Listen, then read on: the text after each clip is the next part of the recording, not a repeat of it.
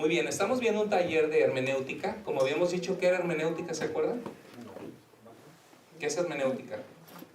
Hermenéutica viene de la palabra griega que significa interpretación y significa el conjunto de reglas y principios para una sana interpretación bíblica. Entonces, estamos viendo la primera regla que aprendimos era que era importante interpretar respetando el significado de las palabras, con la regla gramática, lo que significan las palabras, prestar atención a los verbos, al significado de las palabras, al lugar que ocupa una palabra dentro de la oración. Y ahora estamos viendo la importancia de respetar el contexto, y dijimos que el contexto es lo que dice antes y lo que dice después. Una de las cosas que traen más confusión a la gente el día de hoy, ¿si me acerco está bien? Una de las cosas que traen más confusión a la gente en nuestro tiempo es que todas las sectas y las falsas doctrinas usan la Biblia, y eso es lo que es tan confuso para tanta gente, pero la sacan de contexto. Entonces es importante que como cristianos agudicemos el discernimiento de ver lo que la Biblia realmente dice, y que nos equipemos y leamos la Biblia consistentemente para ver lo que Dios nos dice sobre quién es Él, la salvación, sobre lo que Él ha hecho con consistencia en toda la Biblia. Entonces hoy tenemos un tema muy interesante porque vamos a analizar el tema de Romanos 9. Este es un tema importante porque el día de hoy, cuando empecé este taller, les compartía que hay dos tipos de extremos el día de hoy. Un extremo, un extremo que vemos el día de hoy es el extremo que se interpreta, el extremo del falso evangelio de la prosperidad.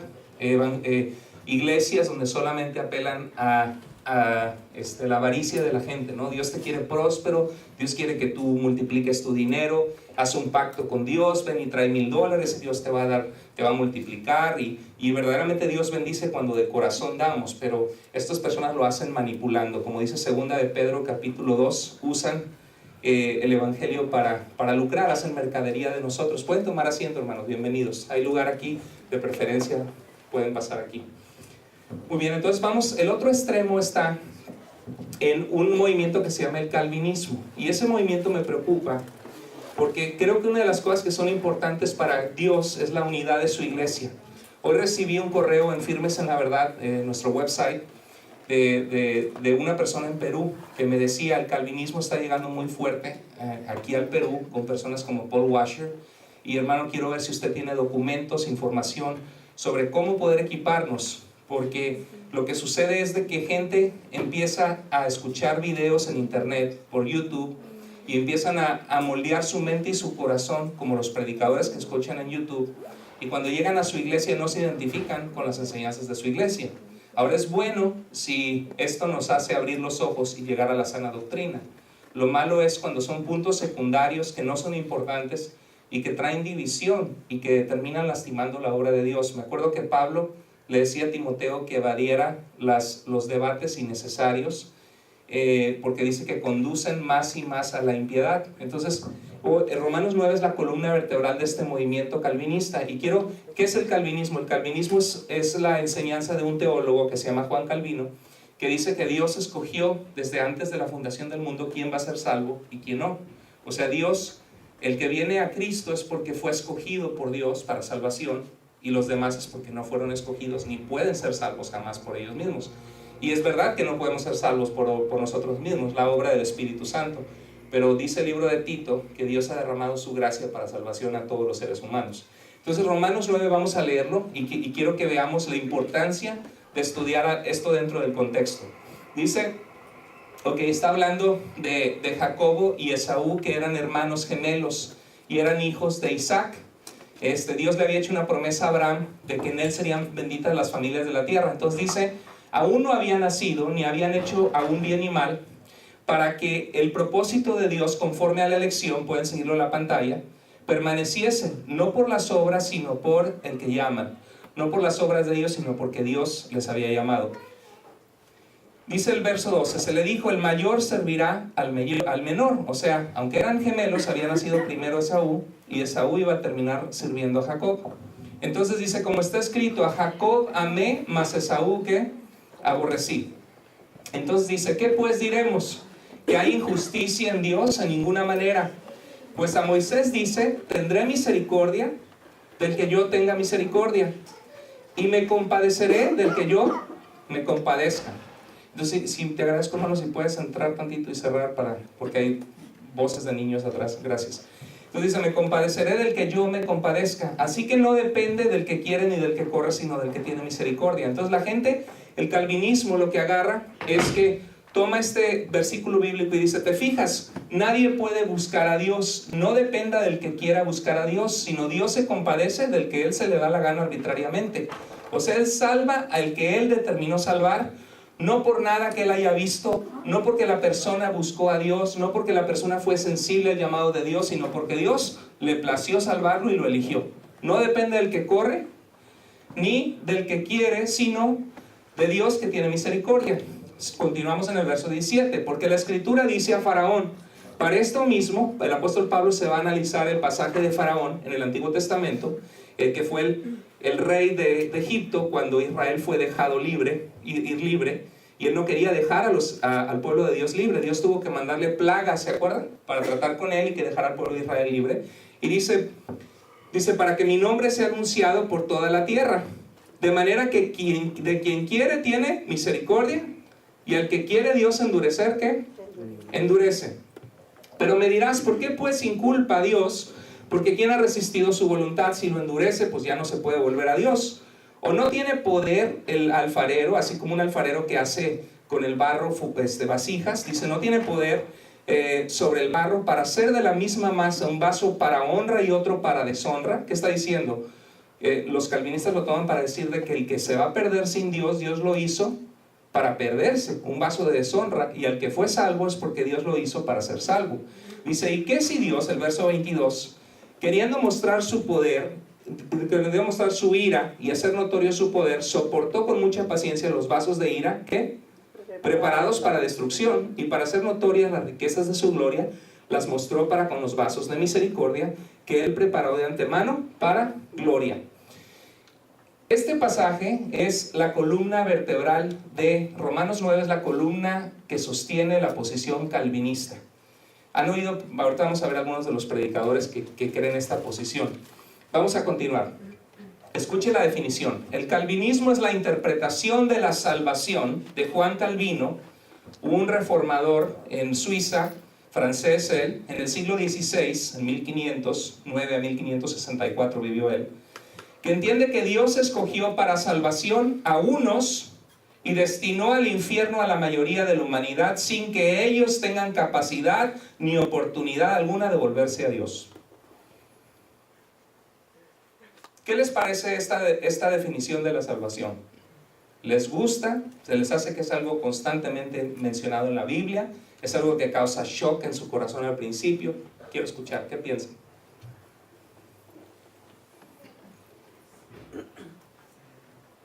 Bienvenida, ¿qué piensan? Pues en la Biblia dice que la palabra de Dios es para todo aquel que en Él cree y el que se arrepiente. ¿Cuántos conocen ese verso? Juan 3:16. ¿Qué dice? Porque de tal manera amó Dios al mundo que ha dado a su Hijo unigénito para que todo aquel que en Él cree no se pierda, mas tenga vida eterna. Entonces dice, para que los escogidos sean salvos, para que todo aquel que en Él cree no se pierda, mas tenga vida eterna. ¿Cuántos de ustedes han crecido, han venido a Cristo, crecido en la fe cristiana, creyendo que Dios quiere que todos los hombres sean salvos y que el Evangelio sea proclamado? Levante su mano si usted ha creído eso. Ok, ¿causa con usted shock esta definición de que Dios decide quién va a ser salvo y que, ahora, ¿estaría mal Dios si Dios lo decidiera? No, Dios tiene la libertad de hacerlo si Él quisiera. La pregunta es, ¿qué enseña consistentemente la palabra de Dios? Sergio. En Marcos 6, así que cuando Jesús volvió de la muerte y cuando ya se iba a ir, le dijo, vayan y prediquen el Evangelio, Marcos 16, a todos. Y yo estaba analizando ese verso y yo dije, todos, así que tenemos que predicarle a todos, no nomás a los que van a ser salvos, como dice Cari. Y la gente que tiene la posición calvinista dice que hay que predicar el Evangelio, que Dios a través de la predicación del Evangelio salva a los que le escogió. No se oponen a eso, pero sí hay algo en nuestra mente que dice, bueno, si el que va a ser salvo va a ser salvo porque fue escogido, ¿cuál es el sentido de predicar si como quiera van a venir a la salvación, ¿no? Hay algo que no es consistente. Y estos son los 5 puntos de la posición calvinista que fueron determinados en una reunión de pastores en Europa, que se llamó, hermano Ariel, bienvenido, hay espacio aquí adelante, que se llamó el Sínodo de Dort, de 1618 a 1619. Y dice así, bueno, el primer punto es la depravación total.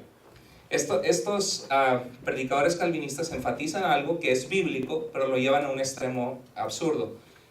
Por ejemplo, la Biblia dice que no hay justo ni siquiera uno. Todos hemos pecado, ¿verdad que sí? Y dice la Biblia que Satanás, el Dios de este siglo, ha cegado el entendimiento de la gente para que no se arrepientan. O sea, cuando hablamos de Cristo a la gente, hay una lucha espiritual, porque Satanás no quiere que la gente abra los ojos y se rinda a Jesucristo. Bienvenidas, hay lugar, no estén tan lejos. Entonces, el hombre, pero el punto de esta depravación total es que dicen que el hombre no puede buscar ni volverse a Dios. Entonces, dicen, el hombre está tan depravado que así como Jesús resucitó a Lázaro de los muertos, Lázaro no podía resucitarse a sí mismo, ¿verdad que no? Tuvo que decirle Jesús, Lázaro, ven fuera. Entonces, el hombre está tan muerto en sus pecados que para ser salvo tiene que Dios salvarlo, ponerle la fe, regenerarle el corazón, ponerle la fe para que esa persona venga a Cristo. Entonces, el problema es que hay pasajes bíblicos donde Dios invita a las personas a venir a Él.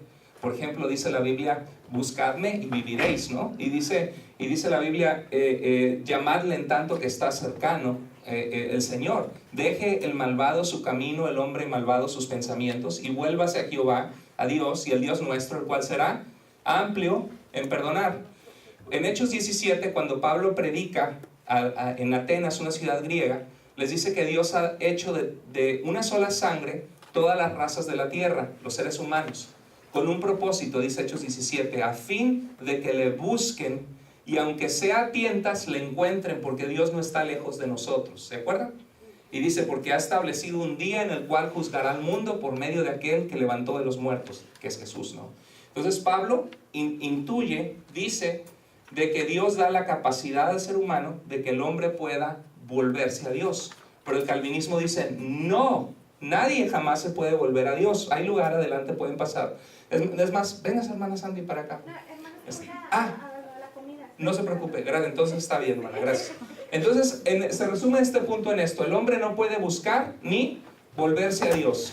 Y sabemos que el hombre no lo puede hacer solo, porque dice la Biblia que el Espíritu Santo nos redarguye de pecado, nos convence de pecado, nos guía. Pero el libro de Tito dice que la gracia de Dios ha sido derramada para salvación a todos los seres humanos.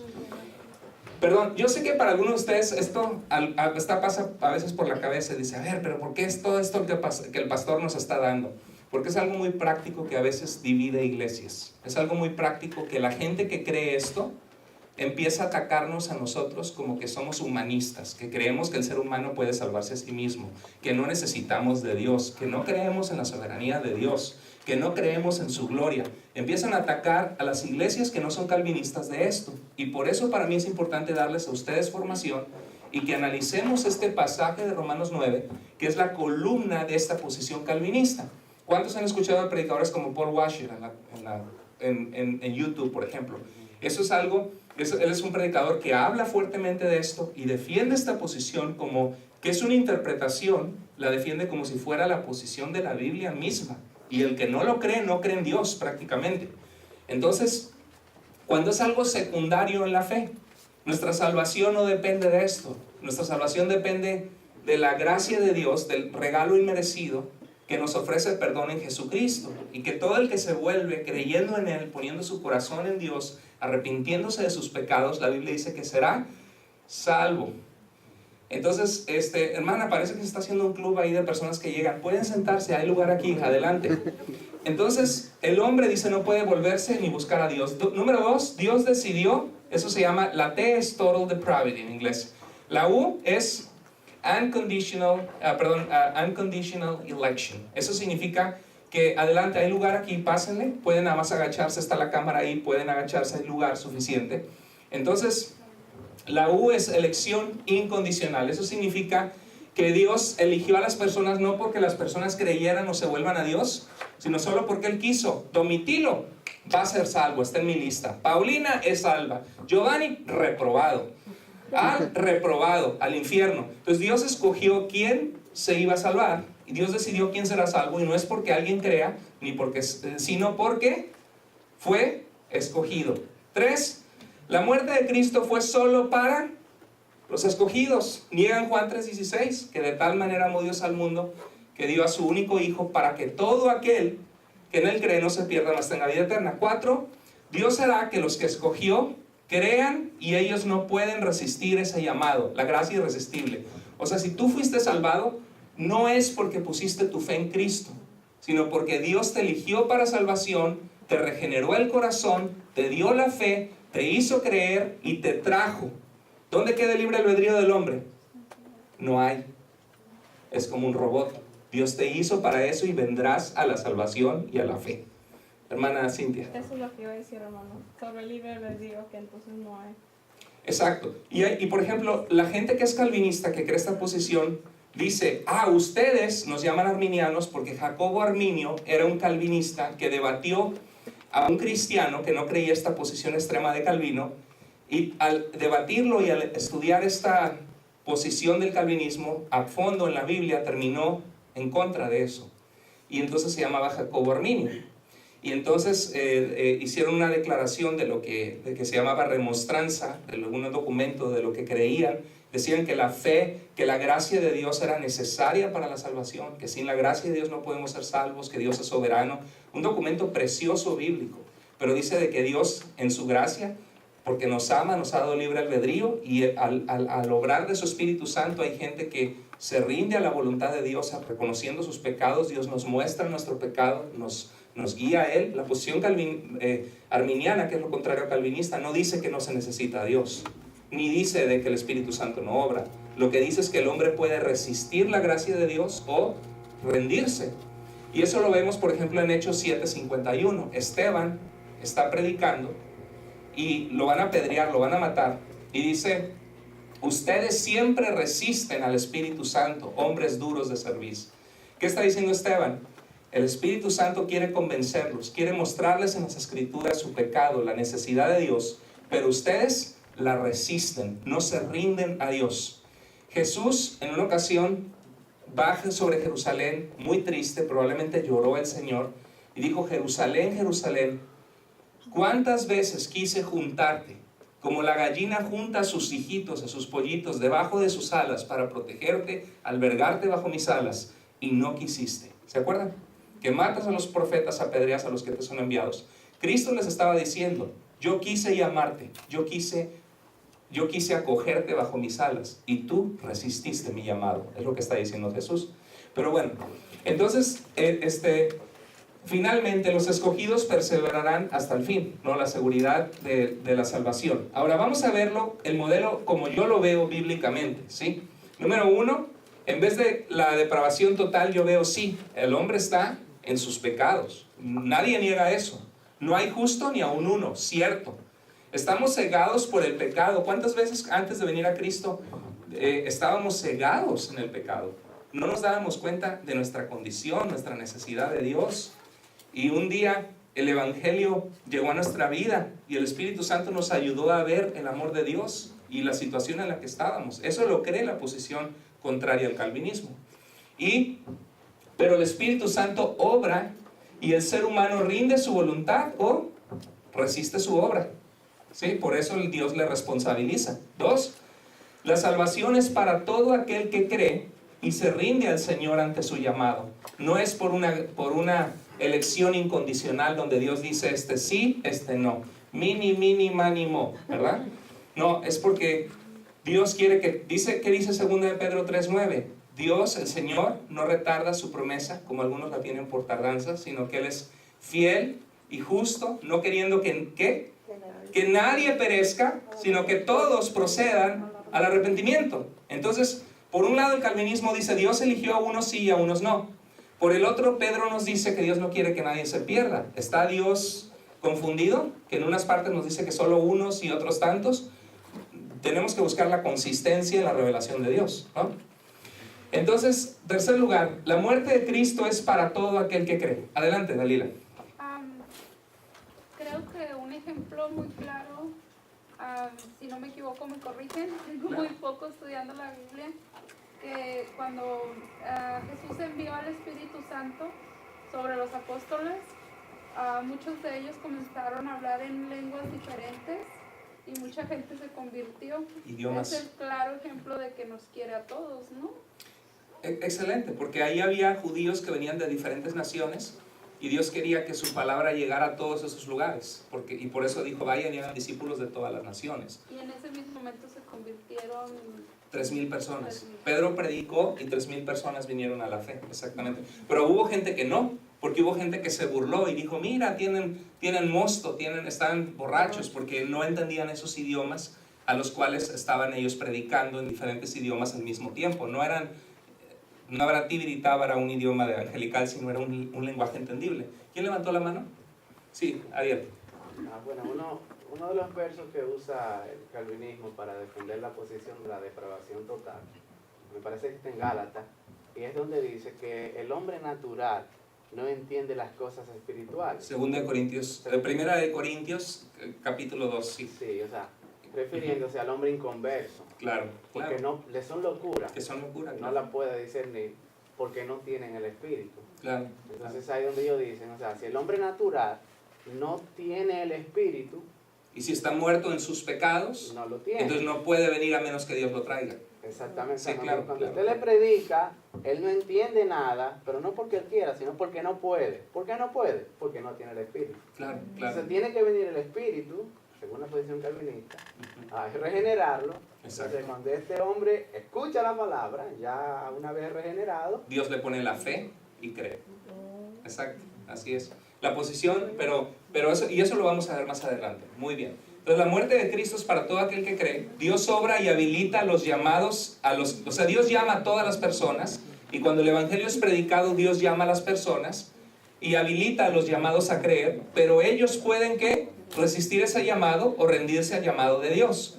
Y los que vienen a la fe son parte de su pueblo escogido y el Señor les guarda. Eso es diferente a los 5 puntos calvinistas. Entonces vamos a miren esta ilustración. Prácticamente Romanos 9 es el fundamento, el cimiento. Si Romanos 9 no existiera en la Biblia, probablemente estos versículos no hubieran sido interpretados como han sido interpretados para sostener a la posición que conocemos como calvinismo, de que Dios ha elegido a unos sí y a otros no. Entonces la Biblia sí habla que el pueblo de Dios es un pueblo escogido. Y cuando la Biblia habla, dice, ustedes son linaje escogido, nación santa, pueblo adquirido por Dios por su sangre, para anunciar las virtudes de aquel que les llamó de las tinieblas a su luz admirable.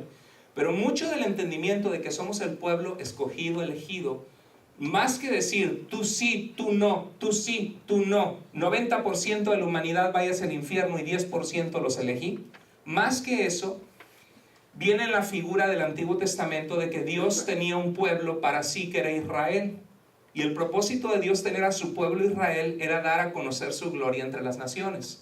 Desde que Dios llama a Abraham en Génesis capítulo 12, verso 1 a 3, dice, te bendeciré, haré tu nombre famoso, porque era importante que su nombre fuera grande de Abraham, para que la gente y las naciones alrededor hoy escucharan lo que Dios había hecho con Abraham. ¿Con qué propósito? Con el propósito de que reconocieran al Dios de Israel. Entonces dice, y en tu familia, le dice Dios a Abraham, serán benditas todas las naciones de la tierra. Desde el llamado de Abraham era un llamado misionero, de que las naciones vinieran a la fe. Inclusive Abraham entrega sus diezmos de una batalla en Génesis 14 a Melquisedec, que era rey de Salem y sacerdote del Dios Altísimo. Y Melquisedec no era judío, pero aunque era de otra nación, que no era de la sangre de Abraham, Dios tenía pueblo, era un sacerdote del Dios Altísimo. Entonces, vamos a ver esto. Mire para que vea este es uno de los versículos que usa el calvinismo, que es aquí, Efesios 1, 4 al 5. Pero todo resta sobre la columna de Romanos 9 que vamos a analizar en su contexto. ¿Están todos prestando atención? ¿Sí? Ok, poco a poco, si algo no entienden, levanten la mano y digan, pastor, explíquemelo más despacio, por favor. ¿Ok? Ok, mire lo que dice Efesios 1, 4, 5. Pablo comienza la carta a los Efesios y dice, bendito sea el Dios y Padre de nuestro Señor Jesucristo, que nos bendijo con toda bendición espiritual. Dice, según nos escogió en Él antes de la fundación del mundo. Y dice, mira, ahí está el calvinismo. Nos escogió en Él antes de la fundación del mundo. Pero acuérdense que Pedro, el apóstol Pedro también dice de que Cristo era el Cordero sin mancha que fue preparado desde antes de la fundación del mundo para morir por nuestros pecados. ¿Qué significa esto? Que Dios desde antes de crear a la humanidad, Dios sabe todas las cosas, ¿sí o no? Sí. Dios desde antes de crear a la humanidad, ¿usted cree que a Dios le cayó por sorpresa que Adán y Eva pecaran? Dijeron, ups, se me salieron las cosas de las manos.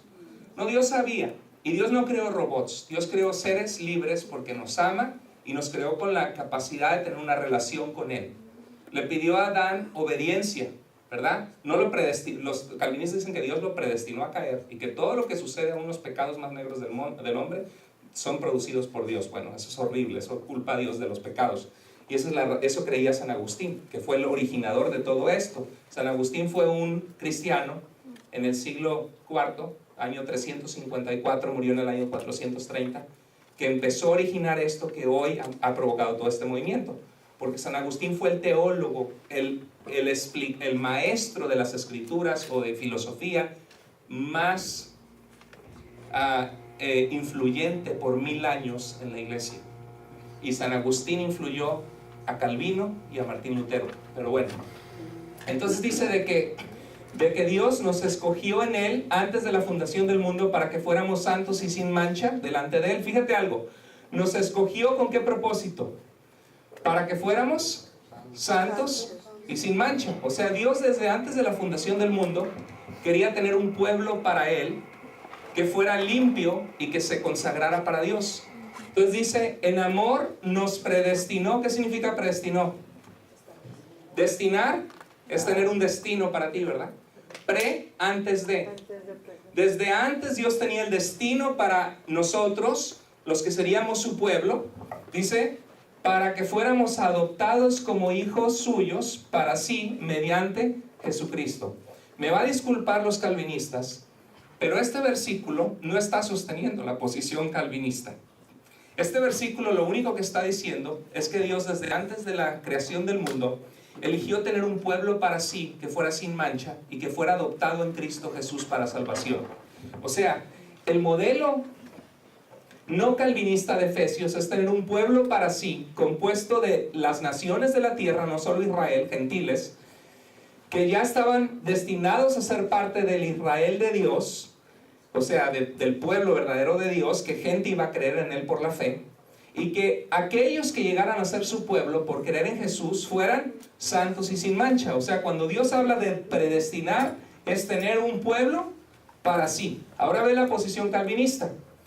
Escogió a cada individuo que sería salvo para salvación, y a la mayoría del mundo los escogió para condenación. O sea, escogió a Juan, a María, a Luis y a Emma. Esto es lo que el calvinismo entiende. Esto es lo que yo entiendo que la Biblia dice. ¿Están conmigo? ¿Están entendiendo? ¿O no? ¿Sí? Ok, muy bien. Entonces vamos a ver Romanos 9 con más detalle, pero antes de eso, déjenme le explico. Basado en Romanos 9, San Agustín, en el siglo IV, enseñó que Dios ha escogido a ciertas personas para ser salvas, y solo Dios actúa al salvar.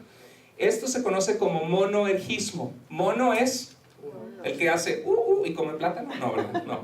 Mono es uno, ¿verdad? Ergismo es ergos, es trabajo, fuerza, energía. Entonces significa la fuerza o el poder de uno solo. Solo Dios actúa, el hombre no actúa. Dios determina todo lo que va a pasar. Un determinismo absoluto. Atropellaron al niño, Dios así lo determinó. Que esta niña fue violada por una persona endemoniada, Dios lo había determinado, y Dios se aseguró que así sucediera como Él lo había predeterminado. ¿Usted cree en ese Dios de amor? Bueno, eso es el monoergismo que creía San Agustín. Entonces, si el hombre cree en Dios, no es porque creyó, sino porque Dios lo trajo. Y Calvino en el siglo XVI enseñó que Dios ha preparado a ciertas personas para ser salvas y a otras para destrucción. Dios ha endurecido sus corazones para que no crean, estando predestinados estas personas a condenación y perdición eterna. Dice un teólogo que se llama Howard Marshall, dice, muy capacitado, erudito, dice, El calvinismo ha convertido el evangelio, que son las buenas noticias, en malas noticias para la humanidad. Porque solo unos cuantos van a ser salvos, arbitrariamente porque Dios así lo decidió. Pero el calvinismo dice, no, eso nos hace ver más la dulzura de la gloria de Dios, que Dios te escogió a ti entre millones, y eso te debe estar agradecido siendo un pecador, para que la gloria de Dios fuera mayor. Y hay un teólogo experto en historia de la iglesia, en la patrística, en los primeros padres de la iglesia, que dice, imagínate un padre que tiene medicina para 10 de sus hijos, que se están muriendo. Sus hijos no pueden tomar la medicina por sí mismos, y él tiene 10 dosis de la medicina. Pero él dice, yo quiero mostrar mi gloria y mi misericordia sobre 2 de mis hijos. Entonces, estas 8 medicinas que yo tengo el poder de darles si me place, decido en mi corazón no dárselas, sabiendo que se van a morir y que van a sufrir una muerte horrenda. Pero voy a mostrar mi misericordia y mi amor y mi gloria, dándoselo a mi hijito Sergio y a mi hijito Moisés, para que ellos vean mi gloria. ¿Le parece eso a usted que hace al padre de familia más glorioso, más misericordioso? ¿O hace al padre de familia un monstruo? Hermana. Bueno, creo que Dios es un Dios justo, y también como tan justo es igual misericordioso. Eso no concuerda con la personalidad de Dios, que no se hace un Dios justo en eso. Y el calvinismo tiende a difamar a nosotros que no somos calvinistas, y dicen, es que ustedes quieren defender el libre albedrío del hombre, mientras que el calvinismo quiere defender la gloria de Dios. No es cierto. Queremos defender la gloria de Dios, su carácter amoroso y justo revelado en la Biblia. Esto no es un asunto de que queremos ser libres nosotros, ni que nosotros queremos salvarnos a nosotros mismos. Y este hermano, que se llama Roger Olson, tiene un tomo de 1000 páginas de la historia de la iglesia, y tiene más de 10 libros de historia de la iglesia. Es un erudito teólogo en la evolución de las doctrinas bíblicas en la historia de la iglesia, Roger Olson. Y él dice, imagínate, porque él está en un seminario enseñando toda su vida. Entonces imagínate que hay un alumno que no tiene con qué pagar la renta, que lo van a sacar del departamento, tiene que pagar $1000. Y este maestro de su amor y su voluntad dice, ¿sabes qué? Aquí tienes $1000 que necesitabas. Sería ridículo pensar que este alumno, al recibir los $1000, se fuera por toda la universidad diciendo, miren, yo me gané el poder estar en este lugar. Fui yo quien lo conseguí. Sería tontísimo, ¿verdad que no? Porque entonces el problema con el calvinismo, la salvación así la veo yo. La gente está en el mar ahogándose. Cristo nos avienta el salvavidas, que fue su muerte y su amor por nosotros. Pero Dios no te va a salvar a la fuerza, porque te dio libre albedrío, y eso lo muestra la Biblia. Entonces, pero el hecho que Dios te aviente el salvavidas y tú nada más, ya ahogándote sin esperanza, hagas esto y te agarras el salvavidas que Él te aventó y te jala a la orilla y te saca, eso no te hace a ti el que te salvaste a ti mismo. Sería ridículo. Imagínate una persona en el mar ahogándose, y que una persona deja todo, se va en su lancha, todo lo que va, le avienta el salvavidas y le dice, y esa persona sale y dice, oh, yo me salvé a mí mismo. Sería ridículo.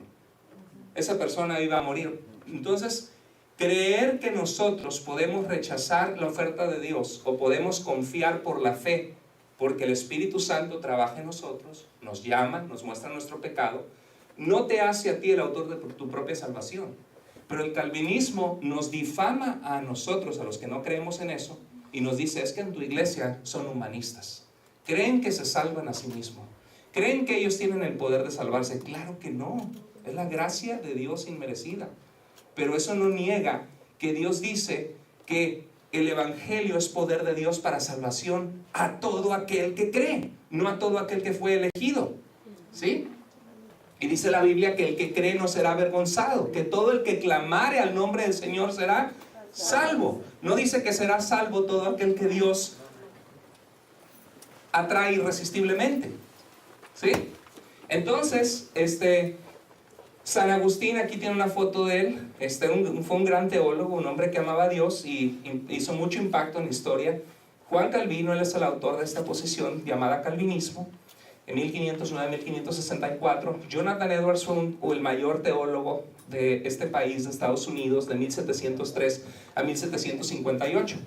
Y Jonathan Edwards mismo dice que cuando oyó de la doctrina del calvinismo le pareció injusta y horrenda, pero dice que de repente llegó un momento que la comprendió y se le hizo dulcemente hermosa. La mayoría de la gente, y mira, él aprendió de Calvino. Entonces es interesante, ¿cuántos de ustedes leyendo la Biblia, solamente leyendo la Biblia, llegaron a esa conclusión del calvinismo? O llegaron a la posición contraria de que Dios quiere salvar a todos los hombres. Yo la verdad no creo que alguien leyendo la Biblia sola llegue a la posición calvinista. Sería una anomalía. La mayoría de nosotros crecimos en el Evangelio en una enseñanza de que Dios quiere que los hombres sean salvos y de que el hombre puede resistir la obra de Dios. Y eso no hace a Dios pequeñito o que Dios no tiene el poder. Sencillamente Dios en su propio poder, que es todopoderoso, y en su propia soberanía. Soberanía significa que Él hace lo que le place y que nadie le va a rendir cuentas. Dios en ese propio poder que Él tiene, Él estableció las reglas. Porque nos ama, nos hizo libres. Y no se trata de defender el libre albedrío del hombre, se trata de defender el carácter justo y amoroso de Dios. Entonces, Jonathan Edwards, mire, Agustín influyó a Calvino. Calvino influyó a Jonathan Edwards. Calvino y Jonathan Edwards influyeron a Charles Spurgeon. ¿Han visto que muchas veces soldados de Jesucristo ponen en Facebook declaraciones? Y ponen la imagen de este hombre, Spurgeon, ¿sí? Fue un hombre de Dios, un hombre que amó al Señor, un gran predicador, se le llamaba el predicador de oro en Londres, Inglaterra. Un gran hombre de Dios, pero tenía esta posición porque nació en esa enseñanza, reformada de Calvino. Y ellos han influido a personas como, ¿han oído a él? ¿Sí lo han visto en fotos? John MacArthur. Gran expositor bíblico, expone la Biblia muy bien, es un hombre que ama a Dios, aunque muy tajante en sus posiciones. Si no crees como él, casi es una herejía, ¿no? John MacArthur, R.C. Sproul, Paul Washer, ¿han oído de él? ¿Sí? Luego John Piper, Albert Mohler es profesor de uno de nuestros seminarios, llegó en Southern Seminary, llegó y corrió a todos los maestros que no eran calvinistas. Eso es típico del calvinismo, tiende a ser agresivo o crítico de todo el que no es como él. Y Steve Lawson, lo han oído de ellos. Tienen muchos mensajes traducidos al español y a mí me da miedo porque muchas veces en nuestra iglesia, si alguien empieza a verlo y empieza a publicar sus mensajitos en Facebook o en otros lugares. Ahora, esto no significa que todos los mensajes de estos hombres son malos, no. Muchos mensajes son bíblicos, son poderosos, Dios les usa. El problema es que hay que distinguir entre asuntos esenciales de la fe. Un asunto esencial de la fe es que Jesucristo es Dios, que la salvación es por gracia, por medio de la fe, no por obras. La salvación no es por una religión a la que pertenezcas. La salvación no es porque te portas bien. La salvación no es porque tú hiciste méritos, es solo por la misericordia de Dios que Dios nos ofrece eso y que podemos accesar esa salvación por medio de la fe, de depositar tu confianza total en Cristo, reconociendo tu necesidad de Dios, arrepintiéndote, clamando a Él como tu Señor. Esas son doctrinas esenciales de la fe. ¿Cómo sucede la salvación? Que si Dios te eligió, Dios no te eligió, es algo secundario. Pero el problema es que estos predicadores lo ponen como algo primordial. Y critican a las iglesias que no creen exacto como ellos.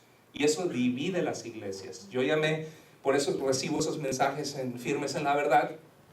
Y también he visto de primera mano gente que se vuelve muy crítica. ¿Se acuerdan que les dije por qué la gente interpreta diferente la Biblia? Y había un principio que se llamaba la selectividad. La selectividad significa que tú decides ver lo que tú quieres. Entonces, en la Biblia tenemos pasajes, dice, porque de tal manera amó Dios al mundo, que dio a su Hijo unigénito para que todo aquel que en Él cree no se pierda, mas tenga vida eterna. Segunda de Pedro 3:9, Dios no quiere que nadie perezca, sino que todos procedan al arrepentimiento.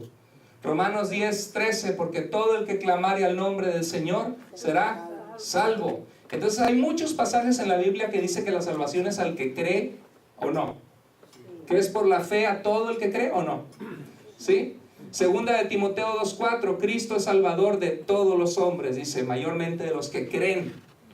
Pero de repente, estos cuates que son calvinistas, o estos hermanos en Cristo que aman a Dios, eso no los hace ser malos ni nada, pero creo que su posición no es tan atinándole a lo que la Biblia realmente dice.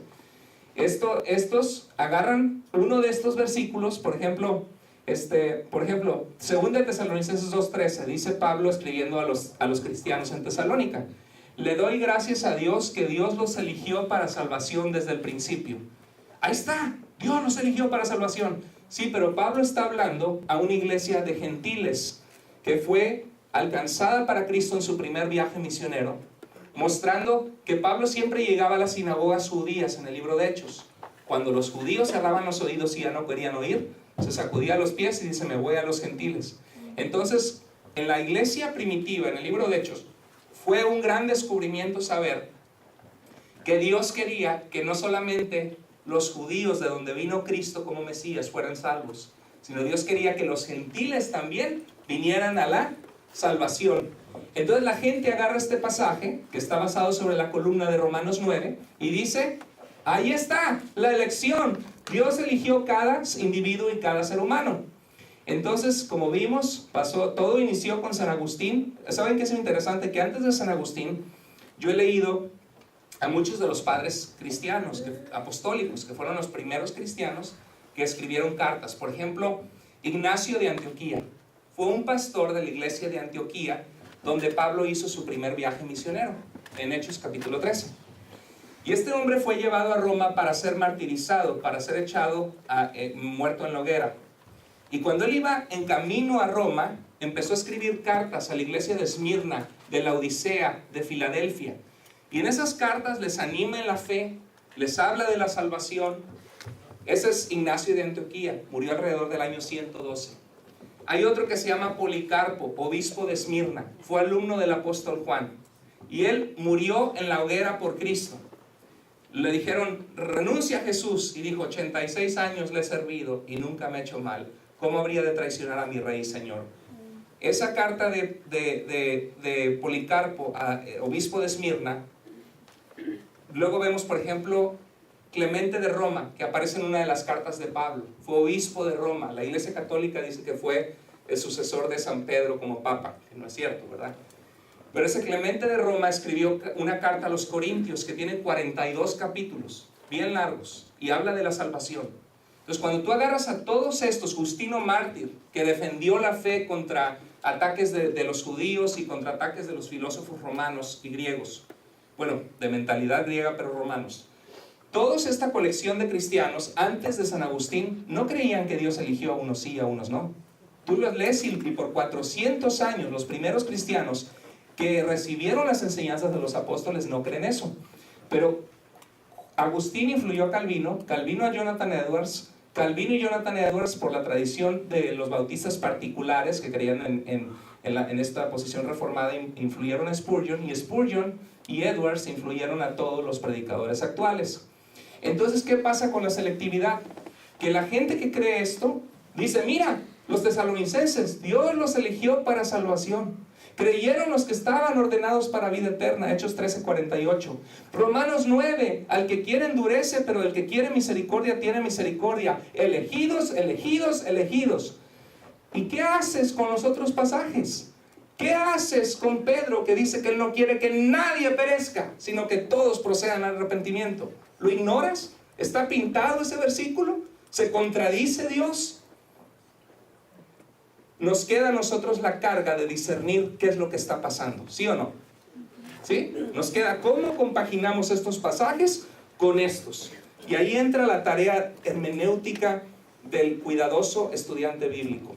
Entonces, este es el panorama real. Algunas estrellas son rosas y otras son plateadas. En la Biblia hay versículos que pueden apoyar la posición calvinista. Y por eso existe el calvinismo, si no, ni siquiera existiría. Pero el problema es: ¿qué haces si tú agarraras cada libro de la Biblia, de Génesis a Apocalipsis, y vieras consistentemente cómo Dios trata con el ser humano, con el hombre? Tú te vas a dar cuenta donde Dios siempre les da la oportunidad. Desde Génesis, Dios le dijo a Adán que no comiera del fruto del conocimiento del bien y del mal, porque Dios quería probar su obediencia. Dios no quería nada más destinarlo a caer, ¿sí? ¿Dios sabía que iba a pasar? Sí. Con Noé, Dios mandó a Noé, dice el libro de Pedro, pregonero de justicia, a proclamar arrepentimiento, y las puertas se cerraron y la gente no creyó, porque estaba endurecida en su corazón. En Deuteronomio 28 al 30, Dios le dice a Israel, pongo delante de ti la vida y la muerte. Escoge la vida para que te vaya bien, y estas conductas evádelas porque te van a traer muerte. Una y otra vez en toda la Biblia vemos que Dios da al ser humano la capacidad de obedecer o desobedecer. No vemos una predestinación a caer o una predestinación a obedecer en ningún libro de la Biblia. ¿Están conmigo? Muy bien. Entonces, ¿qué es lo que pasa cuando la gente adopta un marco de interpretación teológico? Pasa esto. Te pones los lentes rosas y aún las estrellas plateadas las empiezas a ver rosas. Agarran estos 3 versículos y dicen, yo decido ver toda la Biblia a la luz de todos estos 3 versículos. ¿Sabes qué? Yo no. Yo decido ver estas 3 estrellas rosas a la luz de lo que consistentemente la Biblia habla, de que Dios es justo y no quiere que nadie perezca, y que tanto amó al mundo que dio a su único hijo para que todo aquel que en él cree no se pierda, mas tenga vida eterna, no solo unos cuantos elegidos. ¿Sí? Yo decido interpretar estos 3 a la luz de los demás. Entonces, ¿cómo podemos librarnos de errar en nuestras convicciones bíblicas? Bueno, número 1, ve el contexto del pasaje en el que basas tu convicción. O sea, vamos a ver Romanos 9, qué dice antes, qué dice después y de qué trata el libro de Romanos. Descubre el asunto del que se está hablando. ¿De qué está hablando Pablo cuando habla que eligió a Jacob y aborreció a Esaú? ¿De qué está hablando? ¿Cuál es el asunto? Descubre el propósito de lo que se dice en el pasaje a la luz de toda la carta. ¿Por qué está esto aquí? Revisa si tu interpretación es consistente con otras secciones del mismo libro, con lo que el libro entero dice de cómo Dios salva a las personas. ¿Cómo lo han entendido expertos exegetas y teólogos de varias denominaciones cristianas distintas? Porque el calvinismo es una minoría en el mundo. La gran mayoría del mundo evangélico y de los cristianos antes de San Agustín, nadie era calvinista. Y la gran mayoría de los cristianos en el mundo no tienen esta posición. Pero está cobrando fuerza en Latinoamérica. Por eso estoy recibiendo mensajes en Firmes en la Verdad que me dicen, ayúdeme pastor, porque están llegando las enseñanzas de Paul Washer, que son muy críticas en nuestra iglesia. ¿Qué puedo hacer? Porque son bien duros estas personas. Ok, vamos a ver esto importante. Fíjense este principio, léanlo conmigo. Nunca bases una doctrina en un pasaje oscuro. Interpreta lo oscuro en luz de lo claro. Entonces vamos a ver, esto es importantísimo, vamos a ver Romanos 9. Y en un pasaje difícil, a veces el significado se encuentra en lo que una palabra en el idioma original hebreo o griego significa. ¿Sí? A veces el significado se encuentra en una forma de expresión de esa época, o en un hebraísmo, o en una costumbre de la época. Por ejemplo, Dios dice que es indecoroso para la mujer orar o profetizar sin un velo en la cabeza, ¿verdad que sí? En 1 Corintios capítulo 11. Y lo que Dios está diciendo, lo que Pablo dice a la iglesia de Corinto era porque la mujer casada, muchas veces en la cultura de aquel entonces, utilizaba un velo como respeto a su marido, porque el cabello es algo sensual. ¿No han visto los anuncios de Pearl Plus? ¿Verdad? ¿Sí? El cabello es algo sensual de la mujer, es parte de su belleza, ¿verdad? Entonces, cuando las mujeres eran casadas, se ponían un velo por honrar a su esposo.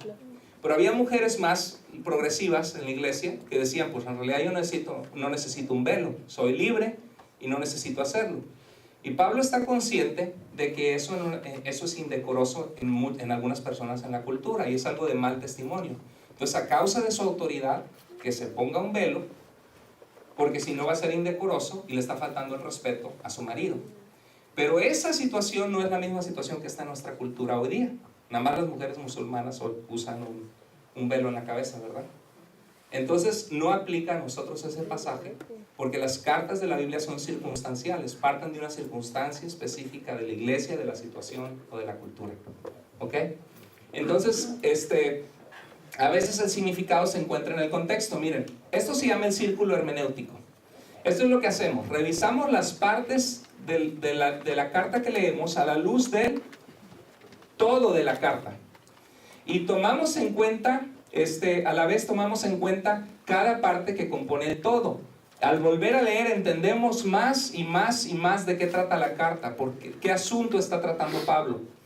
Al entender los asuntos o los temas de las pequeñas secciones nos ayuda a entender el todo, al saber el propósito, y al saber el propósito del todo nos ayuda a entender sus partes. ¿Están conmigo? Ok, el contexto, aquí está, es como un vagón de tren. Aquí está el texto y hay que ver qué dice antes y qué dice después. Entonces acuérdense que ese versículo hay que verlo a la luz de qué está hablando Pablo en Romanos 9. ¿Cuál es el asunto? Y es Romanos 9 al 11 el asunto. Eso es la sección de un libro. Entonces vemos cuando dice, no depende del que corre ni del que quiere, sino de Dios. A Faraón endurecí, ¿sí? Entonces hay que ver de qué está hablando en el capítulo y qué está hablando en esa sección Pablo de Romanos 9 al 11. Y luego verlo a la luz de todo el libro. ¿De qué trata Romanos? Y eso verlo a la luz de toda la Biblia. Eso vamos a hacer precisamente hoy.